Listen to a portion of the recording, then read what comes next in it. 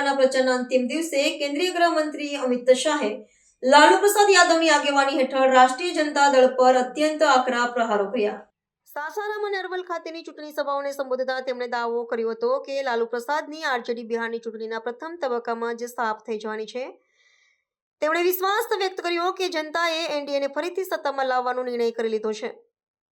અમિત શાહે પોતાના ભાષણમાં વિપક્ષી ગઠબંધન પર તીખા વાગ્બાણ ચલાવતા કહ્યું કે આરજેડીના શાસનમાં બિહારમાં ફરીથી જંગલરાજ પાછું ફરશે।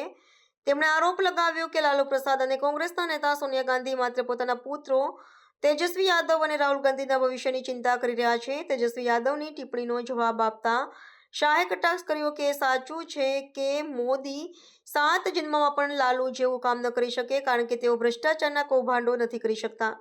ગૃહમંત્રીએ ચૂંટણીના પરિણામોની જાહેરાત કરતા પહેલા જ કહ્યું કે વિપક્ષી દળો 14 નવેમ્બરે તેમની હાર માટે ચૂંટણી પંચને દોષી ઠેરવવાની તૈયારી કરી રહ્યા છે। તેમણે દાવો કર્યો કે એનડીએ 243માંથી 160 બેઠકો જીતીને મજબૂત સરકાર બનાવશે અને રાહુલ ગાંધીની દુકાન બિહારમાં બંધ થઈ જશે। તેમણે મતદારોને ચેતવણી આપી કે જો વિપક્ષી ગઠબંધન જીતશે તો તે ઘૂસણખોરો માટે એક કોરિડોર બનાવશે અને રાજ્યમાં ફરી આતંકનો માહોલ સર્જાશે। भाइयों बहनों,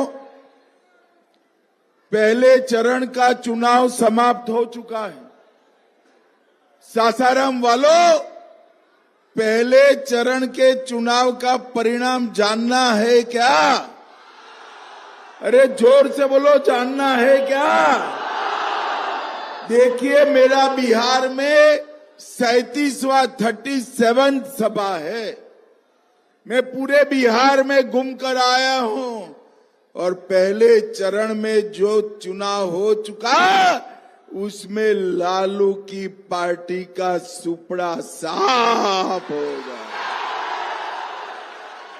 पहले चरण में ही तय हो गया है कि एनडीए की सरकार बनने वाली है। एनडीए की सरकार